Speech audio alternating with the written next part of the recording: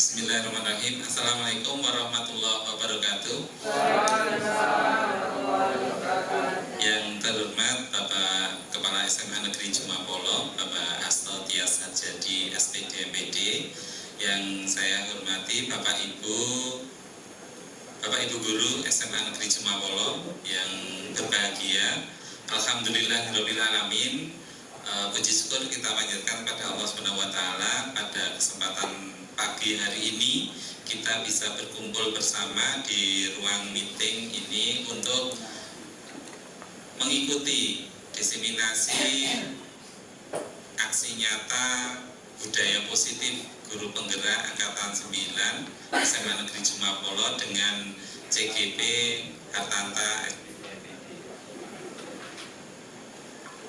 dengan CGP Hartanta SPDS MPD. Untuk kesempatan ini kami mohon untuk Bapak Kepala Sekolah berkenan memberikan kata sambutan untuk terlaksananya kegiatan diseminasi aksi nyata pada pagi hari ini. Kepada Bapak Hasto Tias Harjadi SPD MPD kami persilahkan. Assalamualaikum warahmatullahi wabarakatuh. Yang kami hormati Bapak Hartanta SPD MPD selaku calon guru penggerak angkatan 9 dari SMA Negeri Jumapolo, Bapak Ibu yang berbahagia, alhamdulillahirabbil alamin. Puji syukur kita panjatkan kepada Allah Subhanahu wa taala atas limpahan karunia-Nya hari ini. Alhamdulillah kita bertatap muka di kegiatan diseminasi aksi nyata budaya positif program guru penggerak angkatan 9. Satu hal yang saya tangkap di sini di saat kita sedang berdiskusi terkait dengan budaya positif ini menunjukkan bahwa level kita dalam meningkatkan potensi yang ada di peserta didik itu sedikit lebih meningkat. Jadi sebetulnya diskusi kita bukan masalah anak itu nakalnya namanya siapa, kita bicarakan dalam kelas, dalam ruang guru kita ngomong dengan teman guru kita, si A, si B, kalau seperti ini. Sebetulnya hal seperti itu level-level diskusi yang mungkin tidak, atau di era sekarang sudah tidak harus kita laksanakan. Jadi kita diskusinya bagaimana supaya pembelajaran di kelas itu bisa nyaman, anak itu bisa merasa rindu akan kehadiran kita, anak merasa terlayani. Itu mestinya harus diskusi yang senantiasa kita laksanakan. Dan alhamdulillah sebetulnya dengan adanya guru penggerak ini, di satu sisi memang harus memberikan efek yang positif, pengaruh yang baik di komunitasnya. Harus senantiasa ada komunitas belajar. Maka sebetulnya saya dorong betul Bapak Ibu sekalian. Bahkan saya di monitor terkait dengan kegiatan diseminasi ini, saya minta tidak hanya 10 guru, semuanya ikut.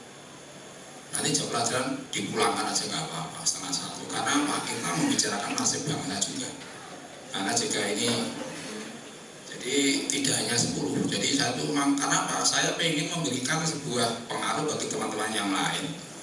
Bagaimana nanti bisa mengembangkan potensi yang ada di dirinya. Jadi guru penggerak bukan dengan target harus jadi kepala atau jadi pengawas, tapi disadari betul itu ada sebagai sebuah peningkatan kompetensi minimal untuk Bapak Ibu, dan mestinya nanti ini dah pelayanan untuk anak-anak. Sehingga saya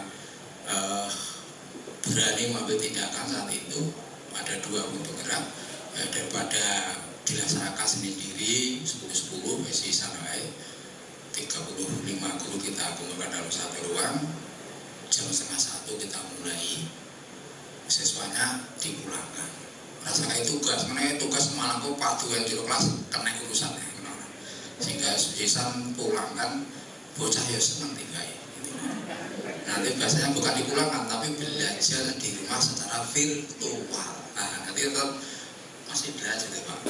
Sehingga yang saya tadi sebetulnya itu yang diundang banyak. Nah ini kan mungkin ada yang bisa kita ambil dari diskusi kita yang memang dengan harapan guru penggerak kami banyak sekali yang saya tampilkan nanti mungkin tidak memuaskan karena ada kendala teknis di semalam itu sehingga pembuatan mungkin tampilan untuk saat ini tidak maksimal, namun apa yang kita tampilkan mungkin beda dengan apa yang kita diskusikan sehingga hasil yang kita raih itu akan lebih baik daripada yang kita tampilkan. Izin Pak Hasto untuk memberikan atau menyampaikan PPT kami.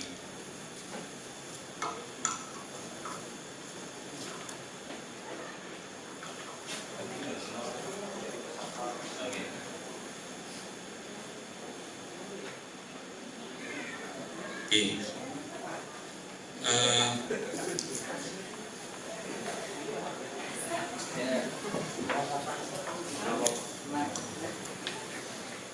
Bapak Ibu, untuk kegiatan pada hari ini kita menyampaikan adanya budaya positif. Mungkin juga ini sebenarnya sudah kita lakukan, hanya saja nanti apa yang kita lakukan itu akan lebih baik.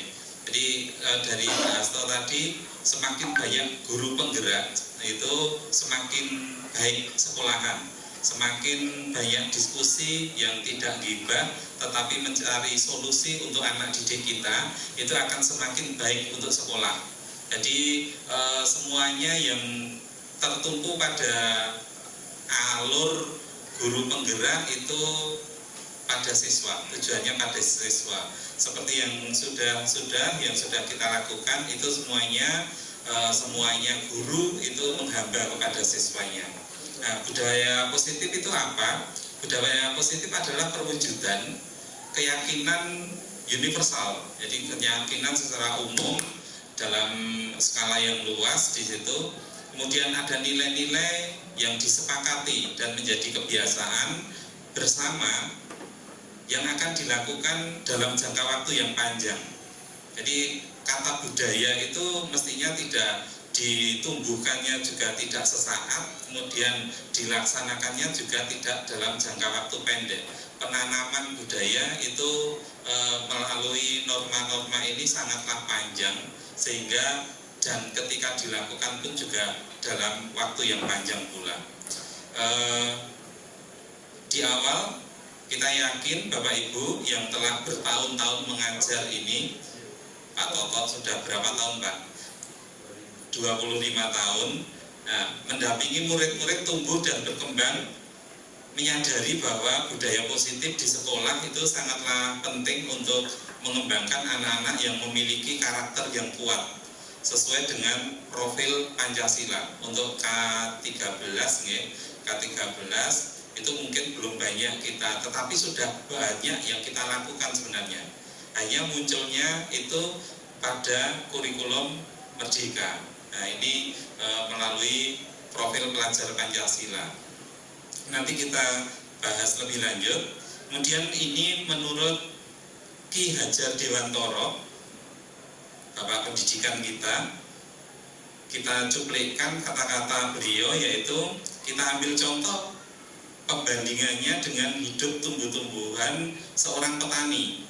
Dalam hakikatnya sama kewajibannya dengan seorang pendidik yang menanam padi, hanya dapat menuntun tumbuhnya padi. Ia dapat memperbaiki kondisi tanah, memelihara tanaman padi, memberi pupuk dan air, membasmi ulat-ulat atau jamur-jamur yang mengganggu hidup tanaman padi dan lain sebagainya. Maksudnya di sini kita tidak mungkin mengubah padi itu tumbuh menjadi jagung. Padi yang tetap menghasilkan padi. Namun kita bibit yang ada pada kita, padi-padi itu bagaimana yang kita ketika mempunyai bibit padi itu ya menumbuhkan padi dengan menghasilkan padi yang berkualitas, padi yang unggul, padi yang bisa tumbuh subur, sehingga padi itu akan menjadi hasil akhirnya itu menjadi tanaman yang baik. Salah satu tanggung jawab seorang guru adalah bagaimana menciptakan suatu lingkungan positif yang terdiri dari warga sekolah yang saling mendukung, saling belajar, saling bekerja sama, sehingga tercipta kebiasaan-kebiasaan baik. Dari kebiasaan-kebiasaan baik akan tumbuh menjadi karakter-karakter baik warga sekolah, dan pada akhirnya karakter-karakter dari kebiasaan-kebiasaan baik akan membentuk sebuah budaya positif. Jadi ini yang tadi kami katakan bahwa nilai-nilai itu kita tumbuhkan. Tidak mudah untuk menumbuhkan itu, tetapi nanti akan bermanfaat untuk kita. Bapak Ibu, ini ice breaking yang kami dapat, mungkin juga sudah pernah ya, tapi kita umpamakan lagi. Disiplin positif dan nilai kebajikan universal, mari bermain. Nah, yang pertama di sini, Bapak Ibu yang berempat ini misalnya berhadapan, Bu Meta dengan Bu Fitri, Bu Wahyu dengan Bu Ami, Pak Toto dengan Pak Ahmad, Pak Aris dengan Bu Arif. Bisa kita laksanakan di situ. Ada dua, si A dan si B, nanti bisa bergantian, tapi satu saja cukup nanti. Ya, ini permainannya yaitu ada di situ. Si A tugas adalah, yang A itu mengepalkan tangan. Ya, si A mana? Si A yang kiri atau yang kanan? Sudah. Ya. Anda kepalkan tangan menganggap tangan Anda ini berisikan sesuatu yang sangat berharga untuk Bapak Ibu. Satu orang saja. Ya, si A. Kemudian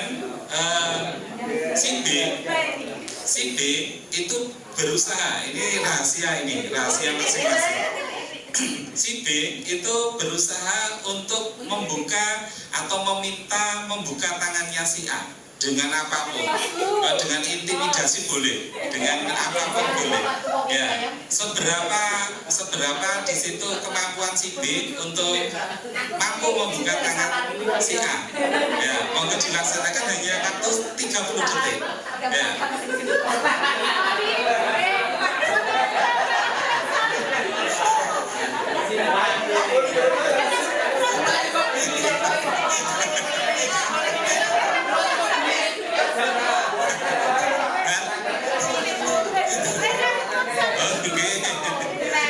Yang paling gayeng ini nanti tak minta maju ke depan. Oh, Pak Hasto. Siap. Ini orang ijam dari ya. Berarti saya yang berusaha membuka tangannya. Pak Hoho yang A yang menggenggam tangan, kemudian Pak Hasto yang B yang berusaha untuk membuka.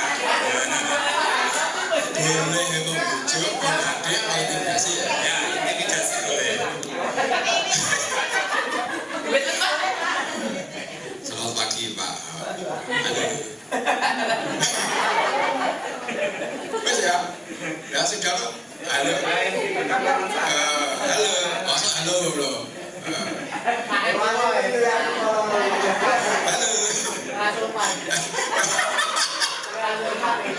Gini Pak Setia ya. Ini kan kita dalam kehidupan ini kan mesti ada sesuatu yang kita sayangi. Kira-kira dalam kehidupan jenengan yang paling disayangi siapa?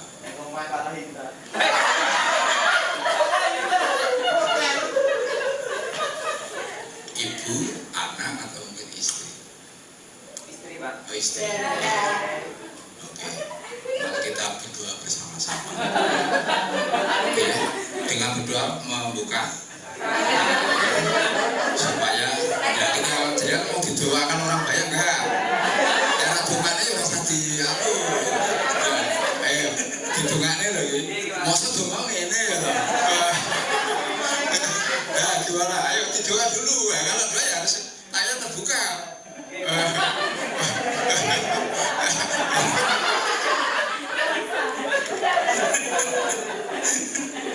Terima kasih Pak, Asam berhasil membuka tangannya Pak.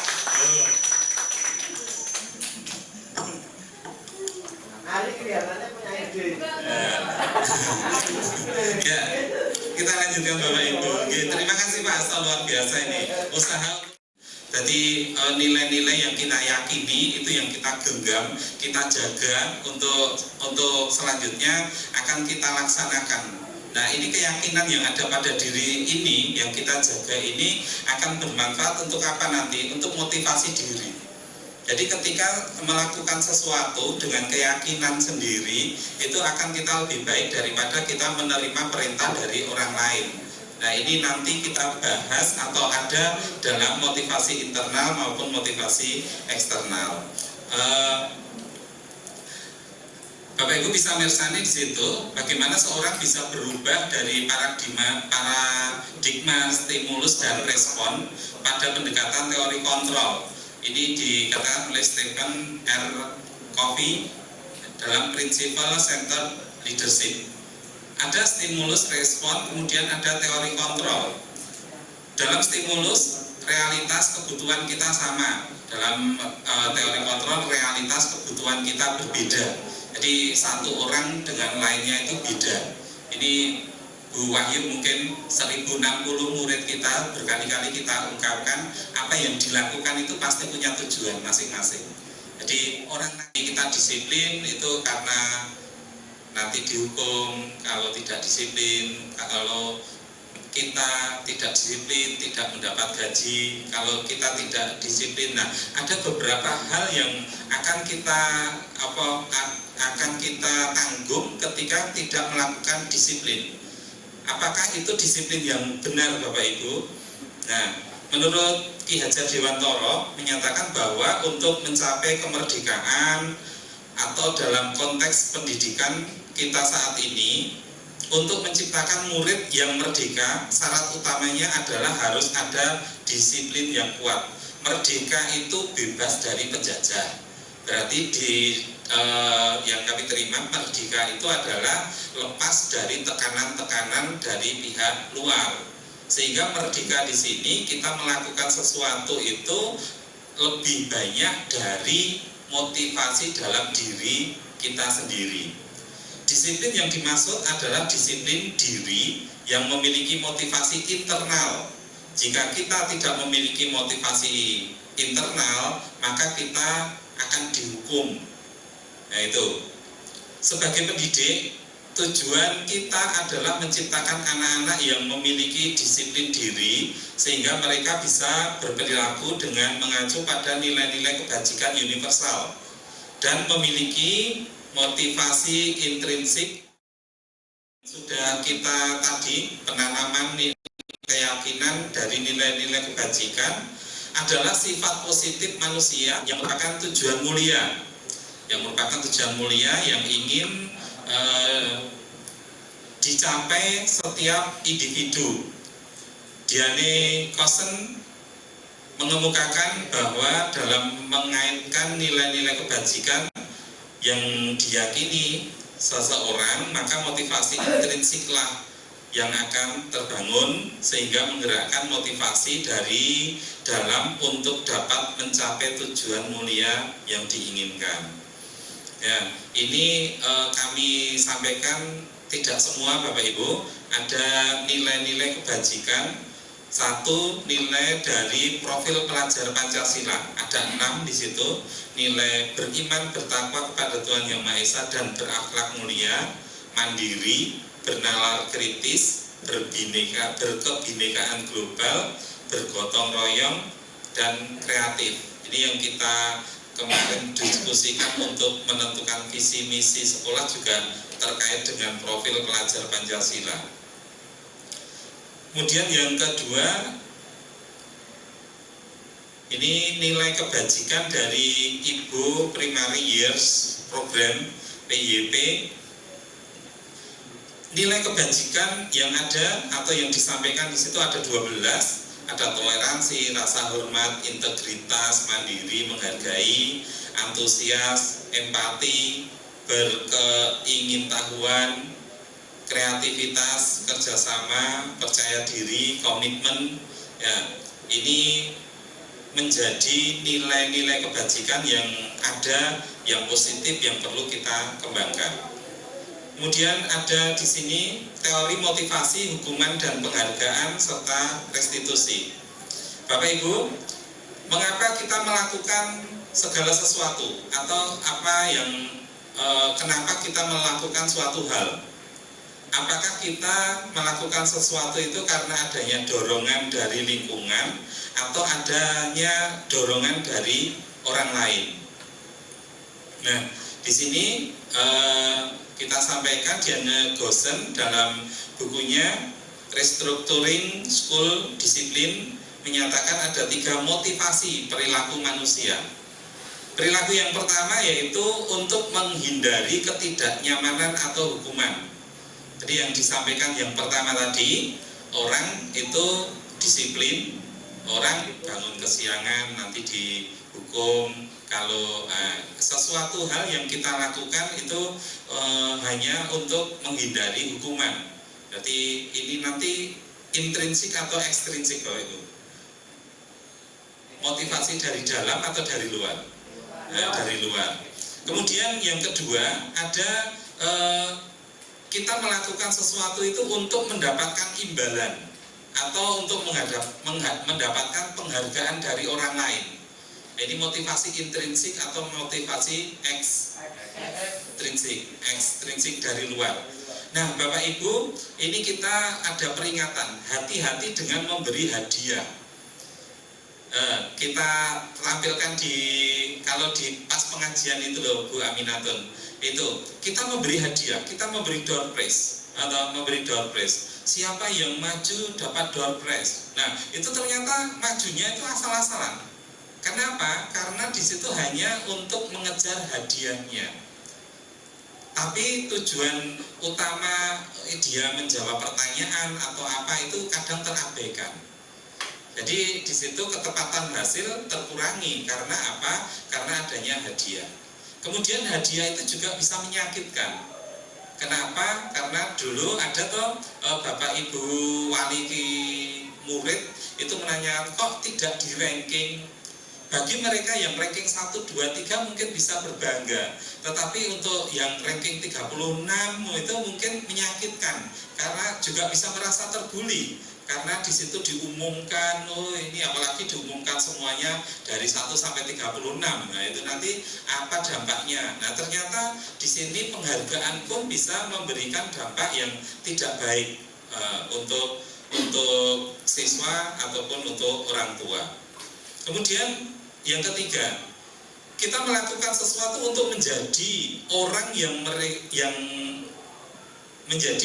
mereka inginkan dan menghargai diri sendiri dengan nilai-nilai yang mereka percaya.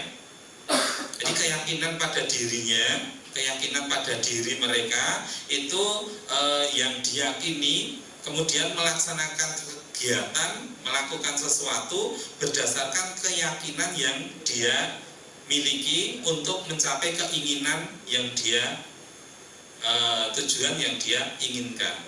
Ini adalah materi dari dalam atau intrinsik. Nah, dari 3 ini apakah yang ada di dalam siswa kita mungkin, kemudian apakah yang ada pada diri kita, sehingga nanti bisa kita kembangkan untuk menjadikan disiplin siswa, disiplin guru, ataupun disiplin kelas, ataupun disiplin sekolah. Jadi semuanya nanti bisa terkait dengan perilaku disiplin positif yang menjadi budaya positif. Nah ini keyakinan kelas Bapak Ibu. Nah, mengapa ada keyakinan kelas? Kenapa tidak ada mengapa tidak peraturan kelas saja? Nah, ini kemarin ada yang disampaikan Bapak Ibu untuk malah Bapak pengawas ini, bahwa skor untuk siswa itu harus dihilangkan. Siswa yang melakukan kesalahan itu tidak boleh ada skor. Itu pembulian itu. itu tidak membimbing anak dengan baik, itu anak itu takut tidak masuk hanya karena dapat skor. Nah, tujuannya itu secara tidak langsung mungkin beliaunya menginginkan bahwa anak itu disiplin, tapi kenyataannya bagaimana? Ini perlu didiskusikan juga. Oh, anaknya ternyata juga tidak mau sekolah itu, Pak. Terus bagaimana ini membangkitkan disiplin? Oh, yo anaknya diopeni lah 2 minggu tidak masuk katanya Bu Wahyu tadi. 2 minggu tidak masuk itu, Pak. Katanya lebih berat ngopeni sapi daripada sekolah. Nah, ini apa yang harus kita lakukan? Keyakinan kelas akan lebih memotivasi seseorang dari dalam. Seseorang akan lebih tergerak dan bersemangat untuk menjalankan keyakinannya daripada hanya sekedar mengikuti serangkaian peraturan tertulis tanpa makna. Ini murid-murid juga demikian, Bapak Ibu. Mereka perlu mendengarkan dan memahami arti sesungguhnya tentang peraturan-peraturan yang diberikan, apa nilai-nilai kebajikan di balik peraturan tersebut, apa tujuan utamanya, dan menjadi tidak tertarik atau takut sehingga hanya sekedar mengikuti serangkaian peraturan yang mengatur mereka tanpa memahami tujuan mulianya. Bapak Ibu semuanya ini tidak hanya guru BPBK atau kesiswaan, Bapak Ibu wali kelas itu ya. Semua Bapak Ibu guru, misalnya di sini kita memahami di situ, kenapa kok anak-anak kita SMA Juma Polo yang tertib kayak ini itu masih banyak siswa yang takut melanggar aturan? Karena di sini kita mungkin kurang bisa menanamkan budaya positif tadi, kurang bisa menggali nilai-nilai positif yang ada pada diri siswa, dan saya yakin siswa itu punya. Hanya kita saja yang mungkin monggo kita bersama-sama membimbing mereka menggali nilai-nilai positif yang ada pada mereka yang dijadikan keyakinan, kemudian dari keyakinan itu dilaksanakan sehingga menjadi budaya untuk kita. Nah, budaya tadi dilaksanakan dalam jangka waktu yang lama, Bapak Ibu. Ini pembentukan keyakinan sekolah atau keyakinan kelas. Keyakinan kelas itu bersifat abstrak. Keyakinan kelas itu bersifat lebih abstrak daripada peraturan yang lebih rinci dan konkret. Karena apa? Ini keyakinan ini berdasarkan pendapatnya anak masing-masing, Bapak Ibu. Jadi nanti dicoba, Bapak Ibu wali kelas terutama, kalau saya masuk di IPS 1 sampai 5 itu pun kan karakternya beda-beda. Gitu. Ya, siapa yang tidak tahu Andika Langgeng kan gitu kemarin. Nah, tapi kok di situ hanya Andika Langgeng loh, semuanya kan punya karakter masing-masing, Bapak Ibu. Nah, kebetulan di situ kok Bapak Ibu tertarik, ada apa di situ? Kemudian ada apa dengan kelasnya? Kok bisa membedakan, oh IPS loro itu kayak itu, IPS 2 itu kayak gini, IPS 5 kayak gini. Nah, perbedaan-perbedaan di situ ada apa di dalamnya? Mungkinkah dari kelas-kelas tersebut sudah terbentuk keyakinan kelasnya masing-masing? Nah, kalau belum, mari kita mencoba untuk masing-masing kelas itu satu guru satu kelas saja toh.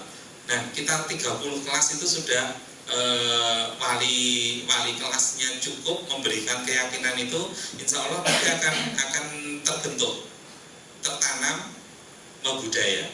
Nah, ini. Kemudian keyakinan kelas berupa pernyataan-pernyataan yang universal, secara luas, mungkin kalimat ya, panjang itu ya Bapak Ibu.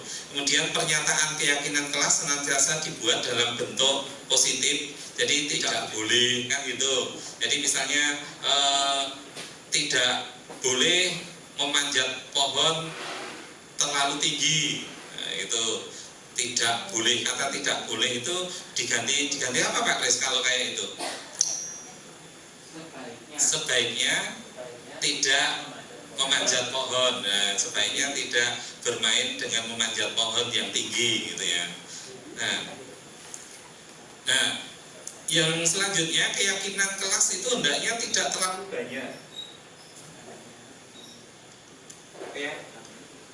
keyakinan kelas itu hendaknya tidak terlalu banyak sehingga mudah diingat, dipahami oleh semua warga kelas.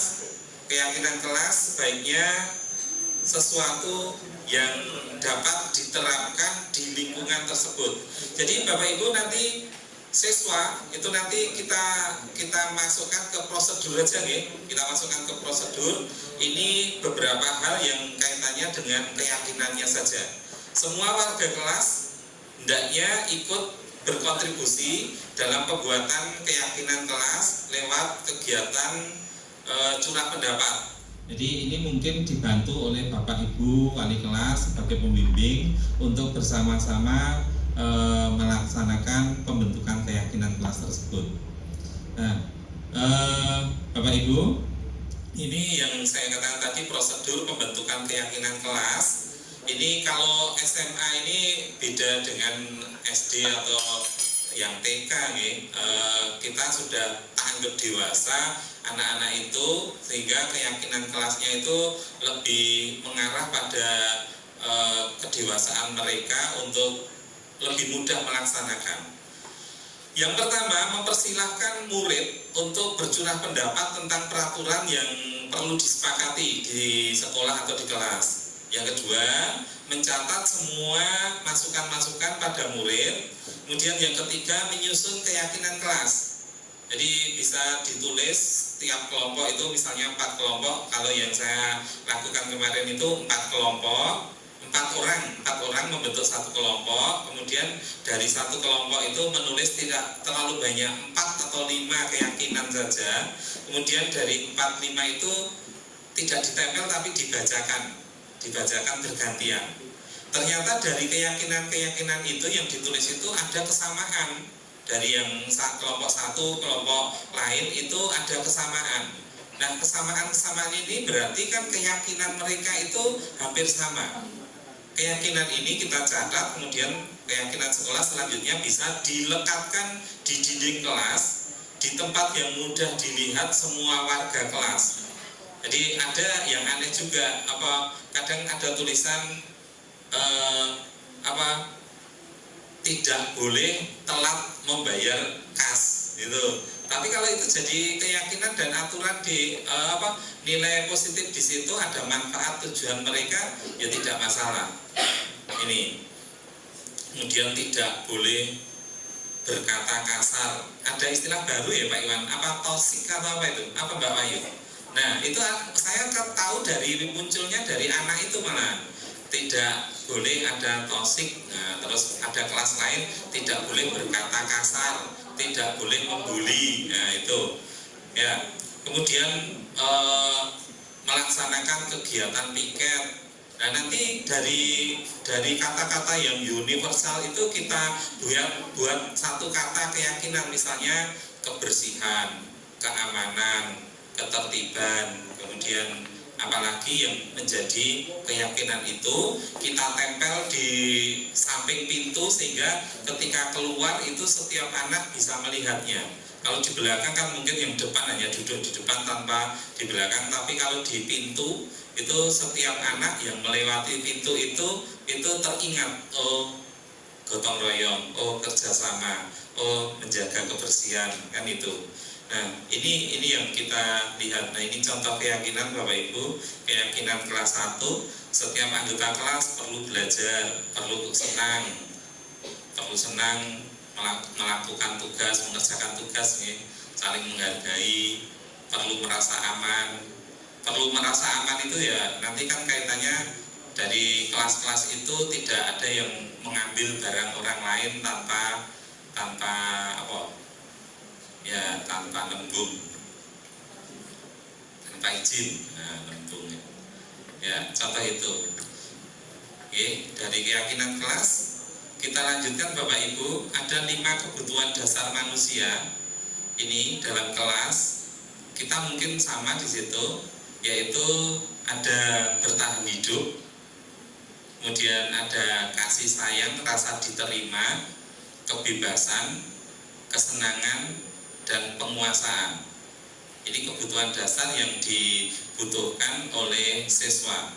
Jadi untuk hidup siswa itu bertahan hidup mungkin dia perlu ya makan, ya kebutuhan hidupnya, kemudian rasa diterima di kelas itu perlu mungkin dari guru, mungkin dari teman. Kalau tidak diterima di lingkungannya, ada gap atau kelompok, kemudian menyisihkan, merasa tersisih, itu kan unsur yang kedua ini, kasih sayang ini tidak diterima, ini tidak ada. Kemudian ada kebebasan di mana satu orang itu bebas untuk melakukan suatu kegiatan. Kesenangan Bapak Ibu, bagaimana kalau kita hidup itu tidak senang? Nah, kita harus punya kesenangan, dan di situ kesenangan itu muncul pada suatu pribadi, dan di situ akan jadi mungkin dalam kelompok juga. Penguasaan, nah ini ada penguasaan.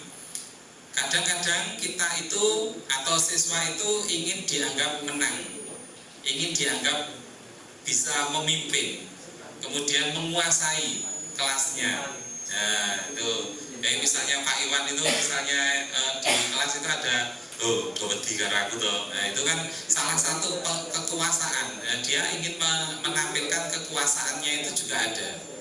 Kemudian kewibawaan, merasa bisa disegani teman, itu kekuasaan. Ya, ini kebutuhan dasar, mungkin ini tidak kita uraikan Bapak Ibu. Kita sampaikan yang selanjutnya, yaitu 5 posisi kontrol seorang guru. Nah, ini yang sifat yang kita miliki. Nanti sama dengan saya apa tidak? Mungkin Pak Kris beda ya, atau Bu Yuli. Nah, ada 5 posisi kontrol guru, yaitu guru sebagai penghukum, yang kedua sebagai pembuat rasa bersalah, yang ketiga guru sebagai teman, yang keempat guru sebagai pemantau, atau guru sebagai manajer. Nah, ini kalau jenengan sama saya mungkin yang pertama itu tipe guru sebagai apa? Teman ya, teman. Kalau Pak Aris saya lihat itu tidak teman, tapi tipenya penghukum. Nah, tipenya penghukum. Nah, kita lihat Bapak Ibu, seorang penghukum bisa menggunakan hukuman fisik maupun verbal. Orang-orang yang menjalankan posisi penghukum senantiasa mengatakan bahwa sekolah memerlukan sistem atau alat yang dapat lebih menekan murid-murid lebih dalam lagi. Ben tertib, ben disiplin, ben apa gitu. Kemudian guru-guru yang menerapkan posisi penghukum itu berkata itu dengan kasar, mungkin dengan menunjuk, kemudian dengan tekanan tinggi pokoknya. Ya, istilahnya melirik. Nah, patuhi aturan saya atau awas. Gitu. Kemudian kamu itu loh selalu saja salah. Kemudian ada selalu, pasti selalu. Yang terakhir selesai. Ini sering kita gunakan Bapak Ibu. Jadi misalnya anak terlambat itu, ya kowe meneh mesti telat. Nah, itu kadang-kadang dengan nada tinggi juga. Nah, itu aturan. Nah, ini. Kemudian guru pembuat rasa bersalah. Nah, pembuat rasa bersalah ini akan menggunakan keheningan yang membuat orang lain itu merasa tidak nyaman. Jadi ini ya Bapak Ibu, ini yang kita lakukan, ini yang sering, yang kemarin saya praktekkan dengan Latifah. Kita gunakan aset sendiri. Nah, itu saya tanya juga perasaannya gitu toh. Yang telat terus diuring-uring itu piye Pak? Ya enggak enak. Ya sakit hati. Nah, terus ya kalau telat disuruh nyiram tanaman itu, nyiram tanaman kan katanya kelihatannya baik, hukuman yang mendidik itu ya. Tetapi nyiram tanaman juga sebagai suatu hukuman itu juga ternyata tidak baik. Loh, saya kenapa harus nyiram tanaman? Wong saya hanya telat waktu kok. Saya tidak ngeringkan tanaman kok, suruh nyiram tanaman. Nah, gitu misalnya. Apa hubungannya antara telat saya dengan tanaman? Itu juga kok bingung meneh, gitu. Nah, di sini untuk hukuman kita cukupkan, kita introspeksi apakah saya sebagai penghukum. Yang kedua, pembuat rasa bersalah, menggunakan keheningan tadi yang membuat orang lain itu merasa tidak nyaman. Kemudian merasa bersalah atau rendah diri, sehingga kata-kata yang muncul dari guru itu kelihatan tenang nih, kalau nyelekit gitu loh. Enten nih, aku ya tahu. Nah, gitu. Saya juga pernah Bapak Ibu. Jadi kowe iki nganyelke kok. Gelak-gelak kayak aku kan gitu. Ibu sangat kecewa sekali sama kamu. Itu kan berarti anak itu dianggap mengecewakan. Kemudian sudah berapa kali Bapak harus memberitahu kamu, kowe iki lho Le dikandani terus masih pan yang sering. Kowe iki lho Le wis kandani bolak-balik ora tau bateke. Nah terus aku ikut kepiye, kan gitu, ya enggak? Atau Pak Iwan? Nah ini ternyata juga membuat anak merasa bersalah. Nah, membuat anak bersalah ini nanti anak tidak pede Pak. Agar ketemu Pak Iwan Melayu, nyingkir. Saya juga banyak yang nyingkiri. Nanti ada Pak Artanto nyingkir gitu. Ya gila. Yeah. Kemudian ada di situ gimana coba? Kalau orang tua kamu tahu kalau kamu berbuat gini, orang tuamu apa gak malu? Orang tuamu apa? Nah, itu ternyata nanti anak itu juga membuat ini merasa bersalah Bapak Ibu. Yeah. Nah ini tadi yang dikatakan yang membuat rasa bersalah tadi itu dampaknya siswa itu rendah diri, merasa rendah diri, tidak pede, sehingga merasa bersalah, ketemu gurunya itu merasa hina gitu loh Mas. Merasa terhina, merasa tidak mampu untuk memberikan yang terbaik pada Pak Imam gitu loh. Itu. Kemudian teman. Posisi teman pada guru bisa negatif atau positif. Positif di sini berupa hubungan baik yang menjalin antara guru dan murid. Guru di posisi teman menggunakan hubungan baik dan humor untuk mempengaruhi seseorang. Mereka akan berkata, ayo bantu ibu, kalau kamu salah terus, aku gimana? Nanti aku dimarahi kepala sekolah loh, kan gitu. Nah, oke, demi saya ya, kamu manut, nanti saya tidak dimarahi kepala sekolah. Nah itu kan seolah-olah murid itu teman kita gitu loh. Itu. Kemudian ayo ingat tidak bantuan bapak selama ini, ayo tocah sing ngewangi kowe iki sapa yen ra aku, kan gitu. Nah itu pun juga ada merasa, anak itu merasa jadi teman, guru merasa jadi teman. Ada negatifnya juga karena sering gojek, ya toh, karena sering dianggap teman, maka kadang-kadang gurunya itu apa? Bocah ini sakit, jadi lunjak betul. Jadi menganggap biasa kalau gua yuk kae santai baik, aku lho jagongan santai itu. Biaya biasa baik kalau Pak Rian kae, kanca dhewe bal-balan ya digaprak kan gitu. Nah ini kadang-kadang salah tomponya anak, salah terimanya anak itu ada di situ. Nah ini monggo juga ada baiknya juga, tapi dampak buruknya juga ada.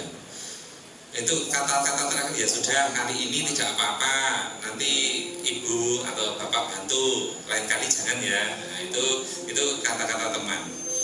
Pemantau Bapak Ibu, pemantau itu kita pantau anak-anak itu sudah sesuai dengan aturan atau belum, itu pemantau. Jadi kalau salah nanti konsekuensinya apa? Kalau salah nanti ada yang perlu dikerjakan apa? Oh terlambat 5 menit, berarti kamu nanti pulangnya juga tambah 5 menit. Konsekuensi. Olahraga ini sering, oh kamu terlambat, ya sudah temennya sudah lari, kamu lari ganti. Itu konsekuensi. Konsekuensi bukan hukuman, tetapi konsekuensi karena anak tidak mengikuti yang dilakukan teman-temannya tadi. Nah ini beda dengan hukuman ya. Nah itu peraturannya apa? Kalau kamu salah, kalau melanggar aturan, nah kamu harus apa? Gitu loh. Apa yang telah kamu lakukan? Berarti kalau kamu melakukan ini, konsekuensinya apa? sanksi atau konsekuensinya apa? Ini manajer Bapak Ibu yang kita kenalkan tadi dengan restitusi. Nanti kita di belakang ada kata restitusi. Murid diajak untuk menganalisis kebutuhan dirinya maupun kebutuhan orang lain. Di sini penekanan bukan pada kemampuan membuat konsekuensi, tetapi dapat berkolaborasi dengan murid bagaimana memperbaiki kesalahan yang ada pada murid itu. Seorang manajer akan berkata apa yang kita yakini. Maksudnya gini, ketika di situ ada orang terlambat yang dari awal tadi, setiap orang melakukan kegiatan itu pasti ada tujuannya. Nah, kemudian di situ kenapa kamu terlambat? Kemudian yang kamu yakini terlambat itu bagaimana? Terlambat itu tidak baik, gini-gini. Itu kan berarti anak supaya mengetahui keyakinannya yang dia tentukan atau dia catat pada waktu kena keyakinan kelas tadi. Dan keyakinan itu kamu yakini apa enggak? Itu sering ditanyakan Bapak Ibu. Itu sekolahnya penting ora toh? Penting Pak. Nah, yang sekolah penting lah orang mlebu kepiye? Nggih Pak, sergap sesuk nggih. Karena apa? Pada dasarnya sedikit di dalam hatinya itu ada kebaikan pada murid kita itu. Dia itu tetap menyadari kalau sekolah itu penting Bapak Ibu. Yakin. Sejeleknya Rizky, saya yakin di situ punya keyakinan tadi Bu Wahyu. Nah, makanya di situ sabar nggih, sabar. Jika kamu meyakininya, apakah kamu bersedia memperbaiki? Nah, atas keyakinan tadi. Ini mesti itu anak-anak. Kok terlambat? Nah, baru sakit sekali ini Pak, ada ini Pak. Nah, terus mau berapa kali terlambat? Mau berapa kali terlambat? Saya sekali ini Pak, mohon maaf nanti tidak diulang. Gitu berarti di situ membangkitkan. Nah, ini mari bersama-sama antara guru dan siswa itu dalam proses ini, keyakinan sebagai manajer ini kolaborasi. Jadi siswa punya keyakinan, kemudian kita yakinkan lagi dari guru, kemudian kita ambil atau kita mencari solusi terbaiknya. Ini jika kamu memperbaiki hal ini menunjukkan apa tentang diri kamu. Kalau yang terlambat terus piye? Nah, terus yang kalau besok tidak terlambat bagaimana? Akan rajin, akan gini, nah, gitu. Kemudian rencana kamu untuk memperbaiki hal ini bagaimana? Biasanya kan ditanyakan, kok telat ngopo? Tangimu jam piro? Kan gitu. Nah, terus solusinya bagaimana? Mungkin Pak besok pakai alarm. Ibu saya tidak tidak bangunkan Pak. Berarti kita bisa komunikasi dengan ibunya untuk membangunkan. Kita bisa memberikan ke anak itu untuk menghidupkan alarmnya gitu. Bapak Ibu, untuk posisi manajer tadi itu berhubungan erat sekali dengan ini kegiatan restitusi. Restitusi itu apa? Diani Gosten dalam bukunya Restructuring School Discipline telah merancang sebuah tahapan untuk memudahkan para guru dan orang tua dalam melakukan proses untuk menyiapkan anaknya,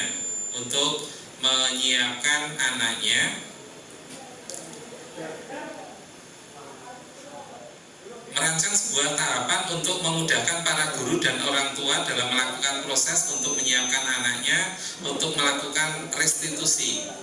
Nah, restitusi ini dikenal dengan segitiga restitusi atau restitution triangle.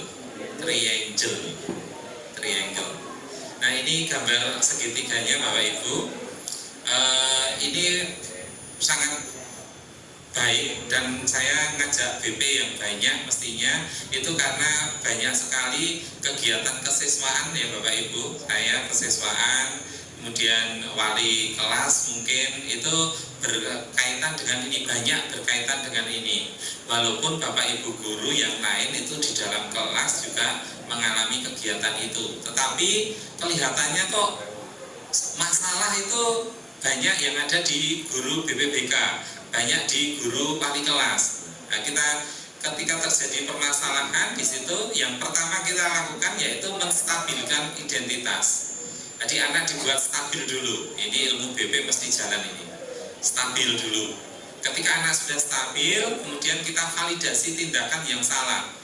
Jadi menunjukkan atau di situ apakah telah melakukan kegiatan ini, kemudian kegiatan yang dilakukan itu apakah benar, apakah salah. Kemudian yang ketiga menanyakan keyakinan, dikaitkan dengan keyakinan. Dari keyakinanmu, misalnya ada anak yang berkelahi, ya stabilkan dulu. Berkelahi pasti punya tujuan ya. Berkelahi juga punya tujuan. Pak Marzuki dulu berkelahi mesti juga punya tujuan. Aku diece kok, wani toh. Aku perlukan dalam hal tertentu. Nah, tapi di situ kita validasikan apakah yang dilakukan itu baik. Ya, itu berkelahi itu tidak baik, gini. Nah, itu. Nah, terus dicocokkan dengan keyakinan kelas. Apakah berkelahi itu sesuai dengan keyakinan kelas? Menghargai orang lain, bekerja sama, gotong royong. Nah, itu apakah sesuai? Kalau tidak sesuai bagaimana? Kemudian apakah mau untuk memperbaikinya? Kalau sudah terlanjur berkelahi ini, apa yang harus kamu lakukan dengan orang yang diajak berkelahi atau konsekuensi yang lain, kembali ke konsekuensi yang ke keyakinan yang dia lakukan. Nah, ini kita lihat langkah-langkahnya Bapak Ibu. Langkah penerapan segitiga restitusi yaitu pertama tadi menstabilkan identitas.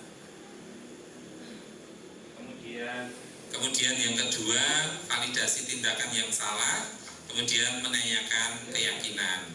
Nah, teori kontrol yang sudah kita pelajari atau kita sampaikan di awal, yaitu kita semua akan melakukan hal yang terbaik yang bisa kita lakukan. Kemudian pada saat validasi, semua perilaku memiliki alasan.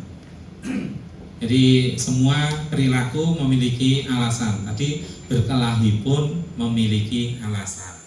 Nah, kemudian menanyakan keyakinan, kita semua memiliki motivasi internal yang menjadi keyakinan kita untuk dilaksanakan di dalam kelas ataupun di dalam sekolah dan berkaitan dengan diri sendiri.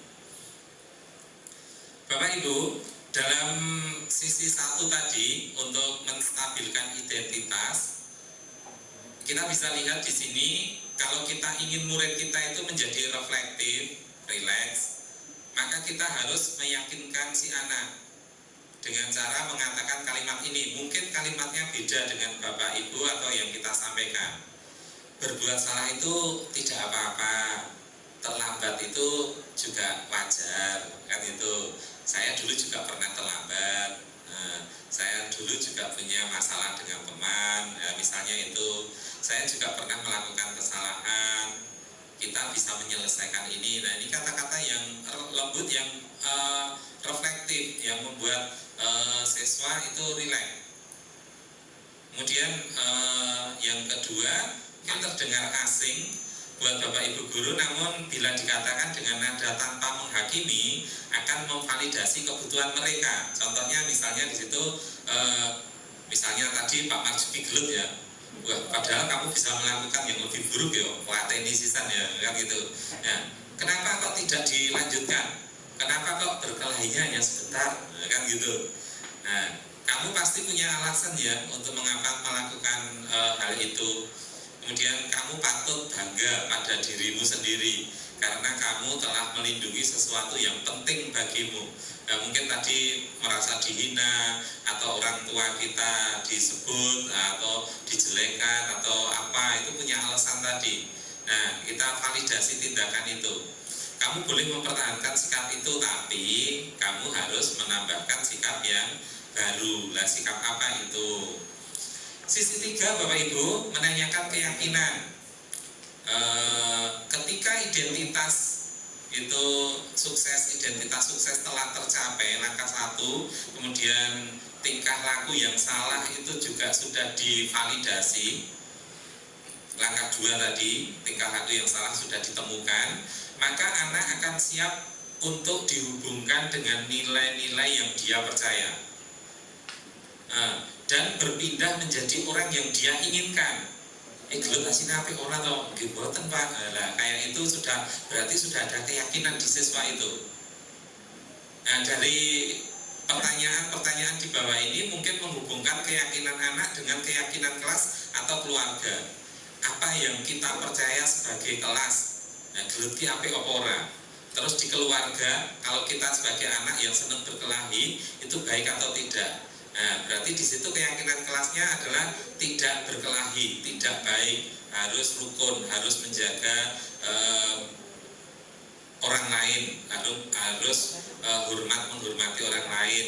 Kemudian apa nilai-nilai umum yang telah kita sepakati bersama? Apa bayangan kita tentang kelas kita yang ideal?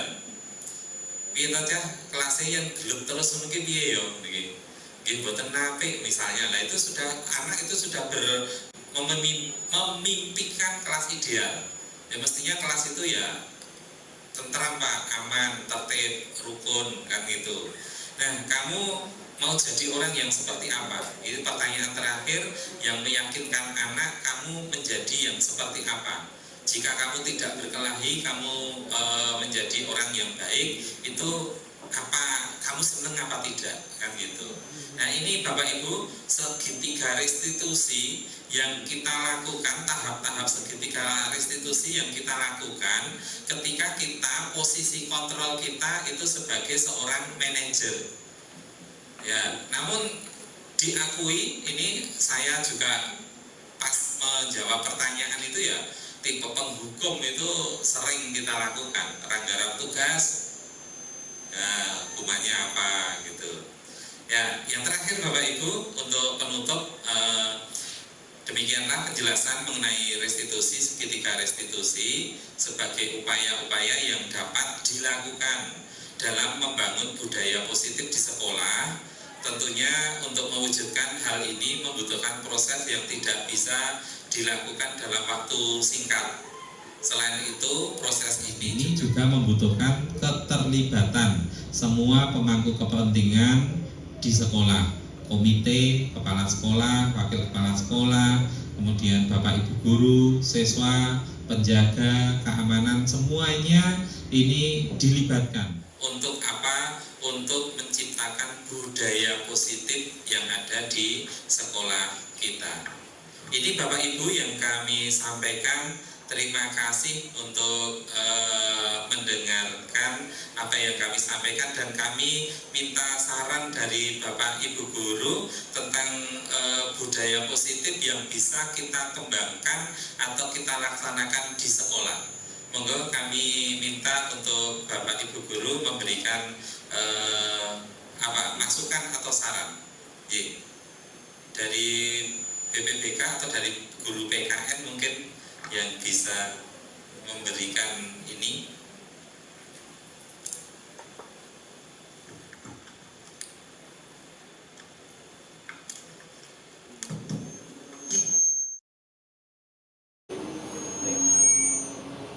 Jadinya agak-agak bingung. Untuk saat ini yang kami lakukan, menegur pun juga harus dengan senyum. Kita semakin lama marahin siswa itu juga rugi diri kita sendiri. Ketika yang dimarahin di belakang kita sudah seakan sedikit tertawa dan bahagia, kitanya kan masih jengkel. Budaya positif yang perlu kita tambahkan di lingkungan kita, kepedulian terhadap siswa.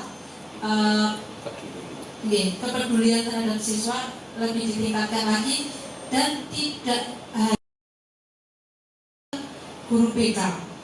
Contohnya ketika siswa itu kebetulan ada problem dan kita harus kunjungan rumah, seringkali saya mengajak wali kelas. Ada yang mau, tapi juga ada yang tidak.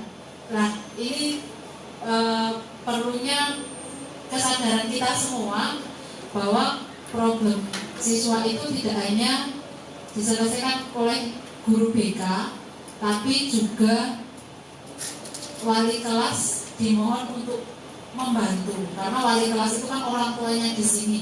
Bahkan mungkin dia tidak berani cerita ke guru BK, tapi ceritanya ke wali kelas, karena guru BK kadang terlabeli guru BK itu manggone ning arep anggo telat ketemu ning guru BK, anggo salah ketemu ning guru BK, kadang mau cerita takut. Karena saya sudah tak manis-manis kayak ngoten nggih gak berani cerita. Itu intinya keterlibatan dan kepedulian semua warga sekolah. Terima kasih. Guru sing kudu manut siswa nanti nih di depan kelas. Nah ini ya selama itu pada rule-nya yang benar kita tidak masalah. Bapak Ibu kadang-kadang gini wau kita itu untuk menangani sebuah kasus itu karena kita tidak tahu secara keseluruhan. Jadi kita hanya yang nampak di depan saja, kemudian profil dari siswa itu tidak kita ketahui secara utuh, sehingga kita kadang memberi keputusan yang salah pada anak itu. Nah, sehingga ini tadi yang dikatakan kepedulian kita, saya diajak mau loh Mbak, ya, saya diajak mau saya. Sampai manapun saya ikut gitu ya. Cuma situ loh Pak, sehingga kita tahu geografis ya. Dalamnya cedak namun mriku jijit karo ngono ya. Dikirim WA, tapi belum tak unggah ke YouTube.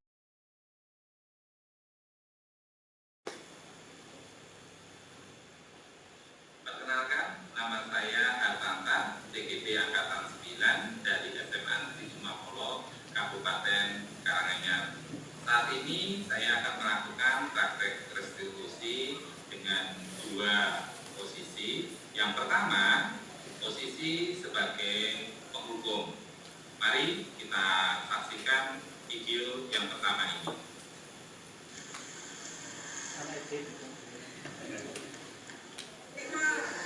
Iya.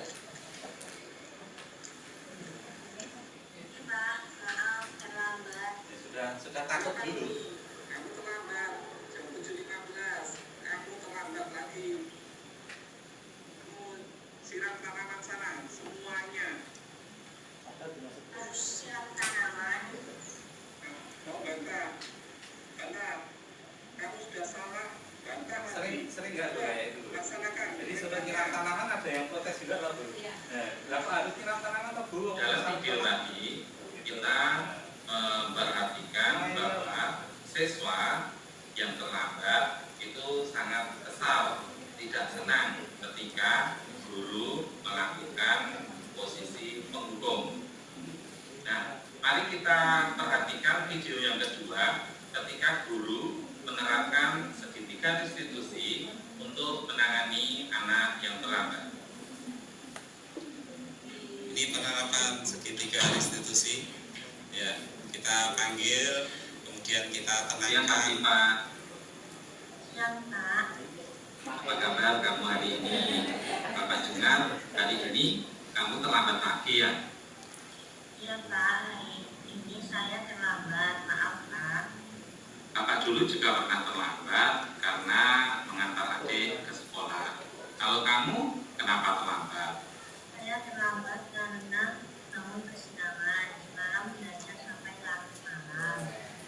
Lalu tindakan kamu sesuai keyakinan atau prinsip kamu tidak? TikTok. Enggak, Pak. Lalulah terlambat. Jadi keyakinan mana yang kurang sesuai dengan keinginan kamu? Saya sebenarnya sangat disiplin. Mungkin saat itu saya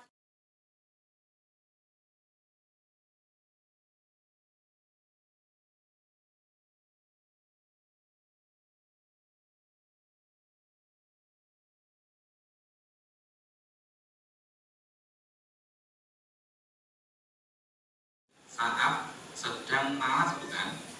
ya, Pak, saya harus lebih rajin dan disiplin. Dari diri sendiri, saya harus bisa mengatur waktu dan berpikir untuk melakukan yang terbaik. Kira-kira kamu bersedia memperbaiki masalah ini tidak? Bersedia, Pak. kalau kamu memperbaiki masalah ini, kamu menjadi orang seperti apa? Saya akan menjadi orang yang bertanggung jawab, rajin, dan disiplin. Ya, menurut kamu bagaimana rasanya menjadi orang seperti itu? Kenapa? Pasti orang tua saya bangga. Dan saya pun bangga bisa berdisiplin.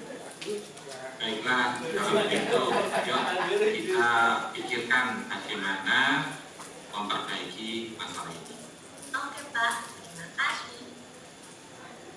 Dari video yang kedua, siswa dan guru merasa senang dengan penyelesaian masalah keterlambatan siswa. Siswa yakin bahwa dia bisa mendisiplinkan diri dan melakukan yang terbaik untuk dirinya. Guru juga tidak melakukan kegiatan hukum sehingga siswa tidak memiliki rasa dendam terhadap gurunya. Dan dari video ini, mari kita bersama-sama untuk melaksanakan kegiatan posisi segitiga restitusi. Karena saya Ratu Purnamata, siswa kelas SMA Negeri Cikapulok. Saya sedang melakukan praktek restitusi bersama Bapak Arifanda. Dengan praktek restitusi, murid merasa dihargai dan menjadi yakin dengan dirinya sendiri sesuai dengan keyakinan yang disepakati. Terima kasih Pak Arifanda. Ya, mungkin ini Bu Yuli dua yang kita lakukan, tapi ini secara psikologis juga, walaupun itu anak sendiri, tapi ketika ditanya juga jujur. Dan di situ yang terhukum itu juga ada rasa sakit hati Bu Wahyu dengan guru-guru penghukum itu. Mengerjakan juga melaksanakan tidak ikhlas nanti. Saya rasa ini ada yang lain, mungkin Bapak Ibu izin Pak Marzuki.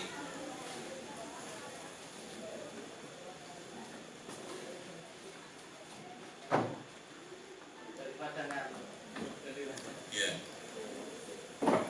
Terima kasih capeknya.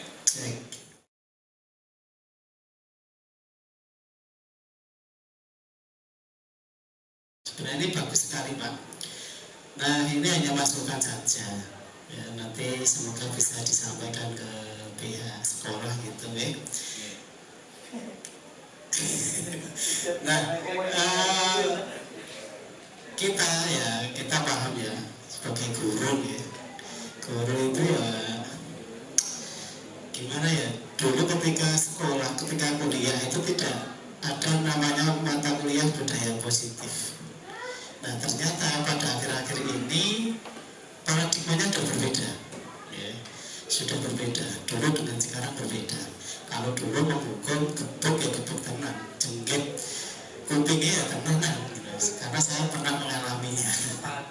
Tapi di situ asik gitu ya, karena saya juga merasa bersalah. Nah tetapi akhir-akhir ini ternyata pendidikan tidak begitu.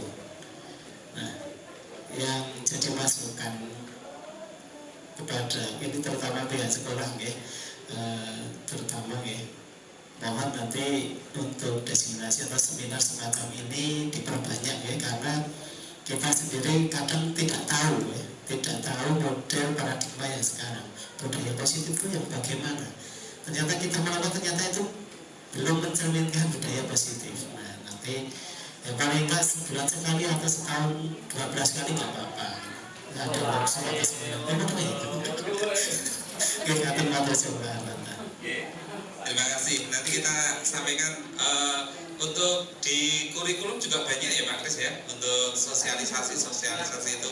Siap Pak, ini Bu Yuli siap memberikan sosialisasi tambahan. Nanti kita saling dari guru penggeraknya dulu, kemudian kepada calon guru penggerak yang hampir lulus, kemudian dari calon guru penggerak yang baru tahap 1. Nah, nanti bertahap.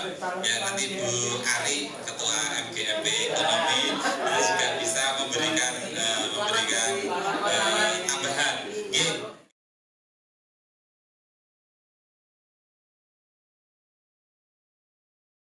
Diseminasi aksi nyata budaya positif pada siang hari ini. Semoga memberikan manfaat untuk kita semuanya. Terima kasih atas dukungan untuk calon guru penggerak dari SMA Negeri Jumapolo. Ya, kita akhiri. Assalamualaikum warahmatullahi wabarakatuh.